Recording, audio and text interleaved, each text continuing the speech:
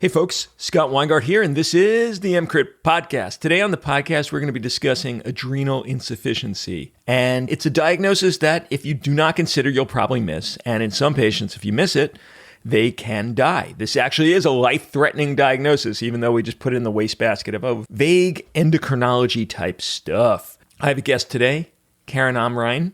She is amazing. She is the only critical care endocrinologist I know.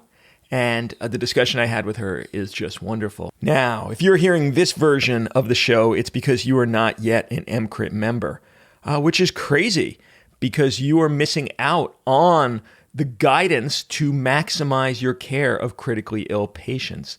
What EMCrit allows you is to have an up-to-date, cutting-edge understanding of resuscitation and critical care. You don't have the time to read 60 journals a month and actually apply that knowledge and actually transform that knowledge into a logistical form that you could actually use on your patients. I mean, if you do, then more power to you, but most people do not. What EMCrit allows you to do is to maximize the care of your patients, to essentially have the information you need to save lives.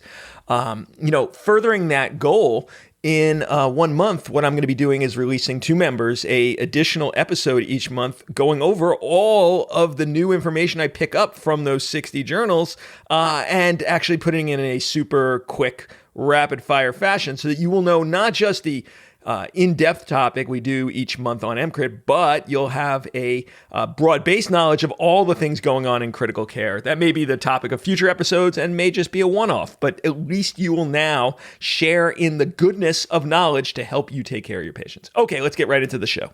So the first question I ask everyone is, who are you and what do you do?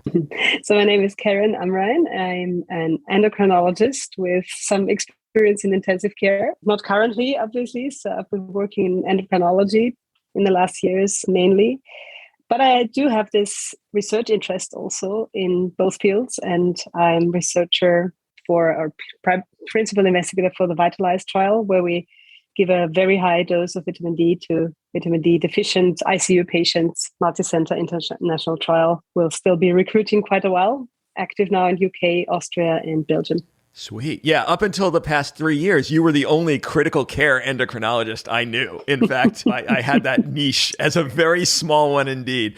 So it's very cool. And even though you haven't been in the ICU recently, your knowledge still extends to the kind of patients we deal with in emergency medicine and critical care. So you are the perfect person for the topic today, which is adrenal crisis. And it doesn't get talked about much. It doesn't get recognized much. And I don't think people have a clear idea in their head what these patients actually look like and who to suspect it in. Even though we could start with the way people get adrenally insufficient in the first place, I'd rather, because I find it more intriguing, how do these patients look when they present to an ED or an... I personally, a few years ago, I saw a patient with really clear-cut adrenal crisis, and I think he's a perfect example of how a patient can look like. And it's a patient that looks like he or she has norovirus infection. So it can be just gastrointestinal symptoms and hypotension, and it all fits together. Even without adrenal crisis, it would make sense clinically. So it's the problem with adrenal crisis is not the treatment at all. It's recognizing that it might be adrenal crisis.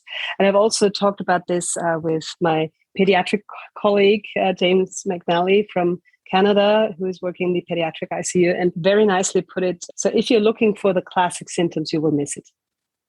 So the problem is you need to have a very low threshold. Err on the side of treatment in doubt, because you should never delay treatment. You never should look for all the classic symptoms before you treat someone, because you might lose them. And also, from my experience, I see patients with endocrine disease before and after they have adrenal crisis, for example. And when they tell me how they got their adrenal crisis, it's also not very spectacular often. Just be not serious infection. It might be just stress in the form of, for example, I had one patient who had lost her brother and was grieving, and she went into straight adrenal crisis with that. Okay, you wrote a fantastic article in Intensive Care Medicine on this that we will put in the show notes. And so I'm going to be stealing most of these questions from that article. So if people want to see this in written form, they should go read it. It's really good. So basically, you need some predisposition and then a trigger to really be in crisis. And that's the patients you're usually going to see in the ED and critical care. So what is the predisposition? What ways would patients become adrenally? Okay, so the easy patients would be those where Addison's disease is known and they do have basic treatment. And okay, that is a patient with Addison's disease and they have now an infection and they could go into adrenal crisis and they get treated. And even if they are known patients and even if they show their emergency card in the emergency room, even then treatment is often delayed. Even if patients themselves maybe have pre-treated, they all should have an emergency set at home and should know how to use it, also their relatives. But even then, treatment is often delayed. The problem is mostly for patients where this is not suspected and it's just off the diagnostic pathway of people. These are patients, for example, also a little bit easier, those with previous chronic steroid treatment, for example, for COPD or for rheumatic diseases or any kind of diseases. So it's estimated that about 3% of the total population are on any type of steroids. And it need not only be high dose systemic steroids, it can also be topical steroids in form of ointments or inhalators. So that is also the next level. And the worst patients, if you want, are those with new onset adrenal or hypothalamic or hypophysitis, for example. So with new onset cortisol insufficiency, where you don't have the clue at all. And that is the most difficult patient group to recognize this problem.